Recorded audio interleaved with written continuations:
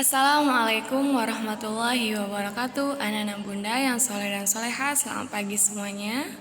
Bunda harap semuanya dalam keadaan sehat walafiat, amin ya robbal alamin ya. Nah anak-anak, jadi hari ini kita akan melanjutkan ke pembelajaran selanjutnya, pembelajaran 5 dan 6 ya. Adapun KD kita hari ini IPS, SBDP, PPKN, dan Bahasa Indonesia. Ini tujuan pembelajaran kita hari ini, dan materi kita hari ini adalah kegiatan ekonomi dan unsur kalimat. Nah, anak-anak bunda, apakah kalian tahu bagaimana ikan hasil tangkapan nelayan itu dapat kita makan? Apakah tahu prosesnya seperti apa? Kalau belum tahu, ayo kita pelajari ya. Nah, anak-anak bunda, ikan hasil tangkapan itu dijual ke pedagang ikan di pelelangan ikan. Nah, jadi ketika nelayan mengambil ikan di laut ataupun di sungai, kemudian ikan tersebut dijual ke pedagang ikan di pelelangan ikan. Kemudian setelah dijual ke pelelangan ikan, akan dibawa dan diangkut atau dikirim ke pasar-pasar ya. Ini dikirim ke pasar-pasar ya. Kemudian setelah dikirim ke pasar, dibeli oleh masyarakat ya. Dibeli oleh masyarakat. Ketika sudah dibeli oleh masyarakat, dimasak dan akhirnya bisa dikonsumsi oleh masyarakat ya. Jadi prosesnya dari menangkap ikan, dijual ke pelelangan ikan, dijual ke pasar, dibeli oleh pembeli, dan dimasak kemudian bisa dikonsumsi atau dimakan ya anak-anak. Seperti itu proses dari ikan yang dapat kita konsumsi ya. Nah, kemudian itu merupakan contoh tadi anak-anak merupakan contoh dari kegiatan ekonomi. Nah, apa itu kegiatan ekonomi?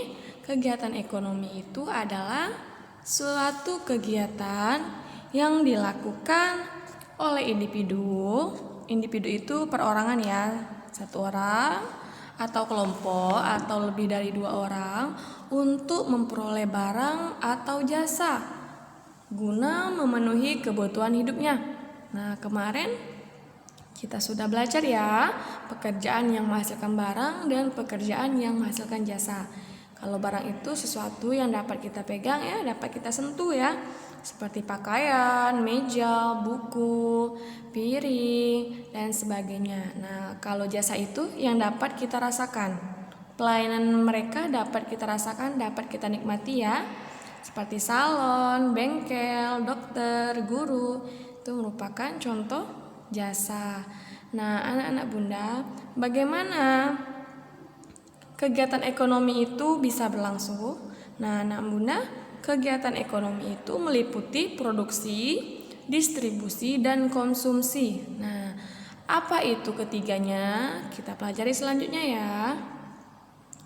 Nah, anak bunda, produksi itu adalah pada kegiatan produksi ini barang mentah itu akan diolah menjadi barang jadi yang bermanfaat sehingga mempunyai nilai tambah dan harganya itu bisa lebih tinggi daripada barang mentah tadi.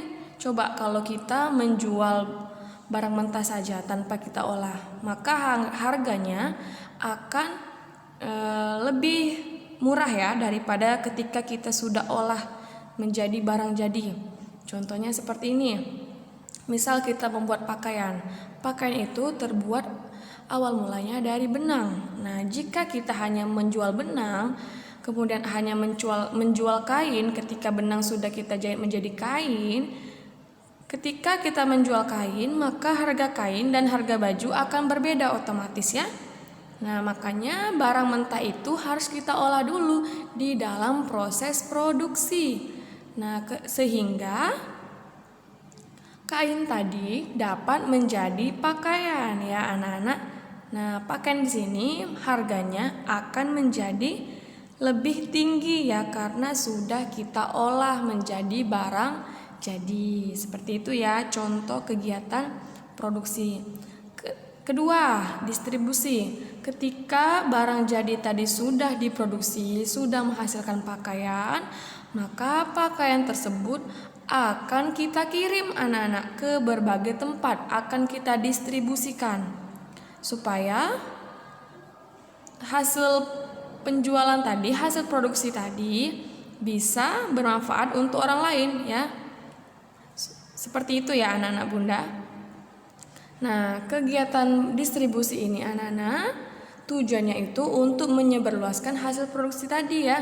Nah, bisa kita distribusikan dari pabrik atau dari perusahaan, kita distribusikan ke para pedagang, ke mall, supermarket, ke pasar, ke toko, dan sebagainya ya. Itu contoh kegiatan distribusi. Ingat saja, distribusi itu adalah kegiatan menyalurkan atau menyebarluaskan hasil produksi ya. Jadi percuma kan kalau kita hanya memproduksi tetapi tidak kita jual atau tidak kita sebarluaskan ke para pedagang. Ya. Seperti itu. Ketika hasil olahan barang atau jasa tadi sudah didistribusikan ke para pedagang, ke toko-toko, ke pasar, maka pada kegiatan konsumsi inilah, ini maksudnya konsumsi ya anak-anak ya. Sorry Bunda belum menggantinya. Ini maksudnya kegiatan konsumsi ya. Nah, jadi pada kegiatan konsumsi inilah anak-anak Bunda, barang-barang yang dihasilkan dari proses produksi tadi dihabiskan atau kita konsumsi atau kita konsumen ya, konsumsi ya. Jadi pada kegiatan konsumsi inilah barang-barang itu dipakai atau dihabiskan. Contohnya seperti apa? Contohnya kita membeli makanan, kita membeli minuman, kemudian kita makan ya, kita habiskan kan? Kita membeli pakaian. Semua itu adalah contoh kegiatan konsumsi ya. Kegiatan konsumsi, orang yang menghabiskannya itu disebut konsumen ya. Konsumen. Nah, jadi kegiatannya itu dari produksi, distribusi, dan konsumsi. Ini konsumsi ya. Nah, kemudian sekarang kita akan belajar tentang unsur kalimat. Nah, unsur kalimat itu apa Bunda? Jadi kalimat itu adalah suatu satuan terkecil dari bahasa dalam bentuk lisan maupun tulisan dan terdiri dari rangkaian kata yang memiliki atau mengandung makna atau pesan tertentu. Nah, anak Bunda, unsur kalimat itu ada 4 ya. Nah, yang pertama itu ada subjek, predikat, objek, dan keterangan. Anak Bunda, kalimat yang baik itu paling tidak memiliki subjek dan predikat ya. Nah, itu merupakan ciri kalimat yang lengkap. Paling tidak hanya sedikit ia memiliki 2 unsur kalimat ini, yaitu subjek dan predikat. Nah, apa itu subjek? Nah, anak Bunda, di dalam suatu kalimat, subjek itu disebut juga dengan pelaku atau orang yang melakukan kegiatan tersebut ya. Nah, subjek itu biasanya dapat berupa kata benda seperti nama orang, hewan, tumbuhan maupun benda.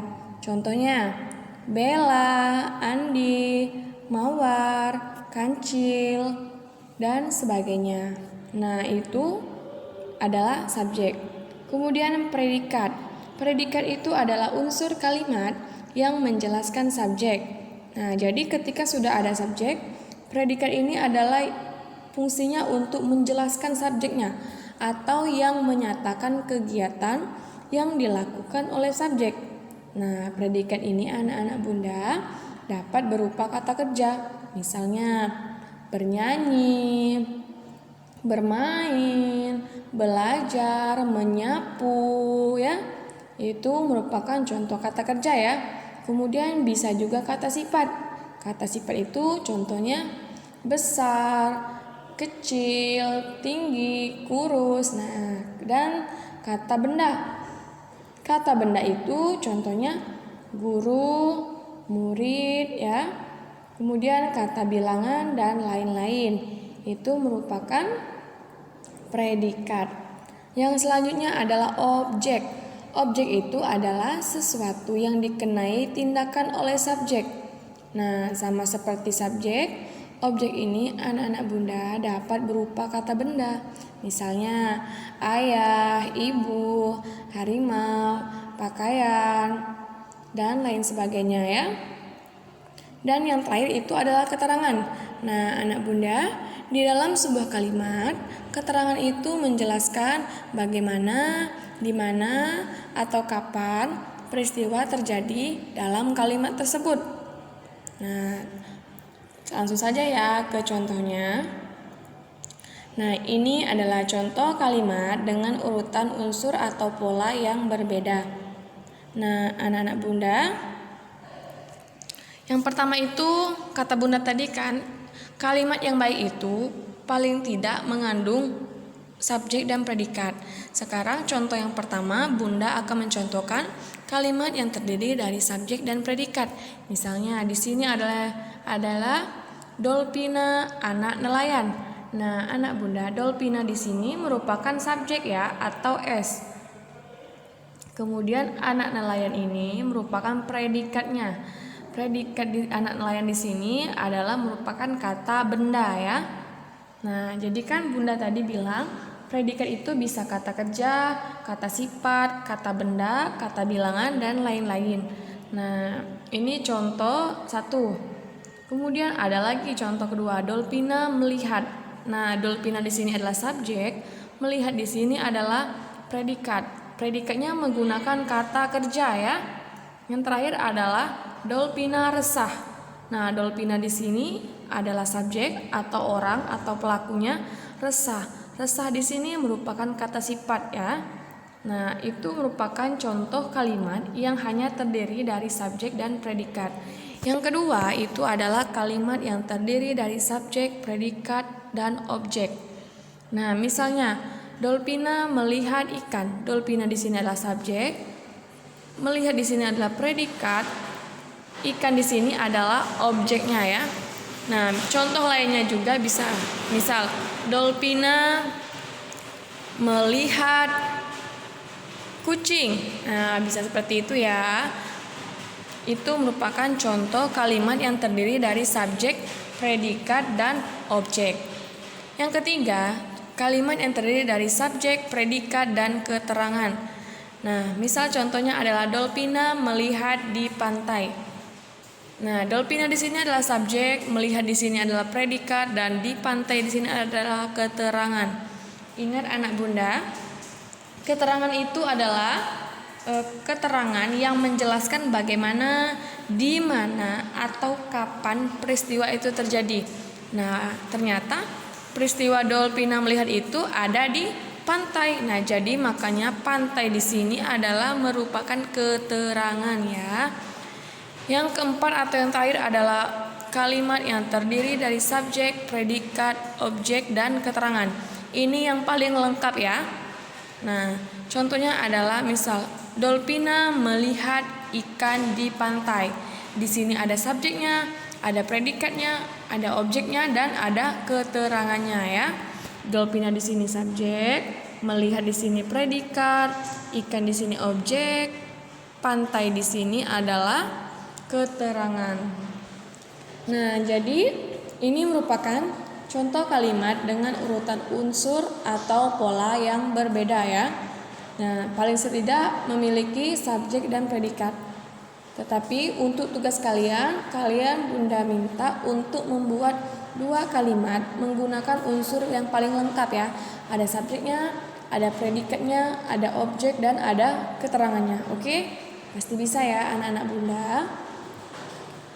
Baiklah, sebelum bunda mengakhiri pembelajaran hari ini, jangan lupa untuk selalu menjaga kesehatan.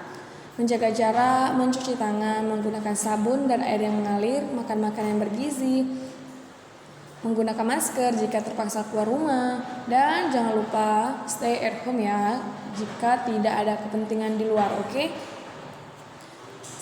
Terima kasih semuanya anak-anak Bunda. Bunda mohon maaf apabila ada kesalahan. Kepada Allah Bunda mohon ampun. Wabillahi taufiq wal hidayah. Wassalamualaikum warahmatullahi wabarakatuh.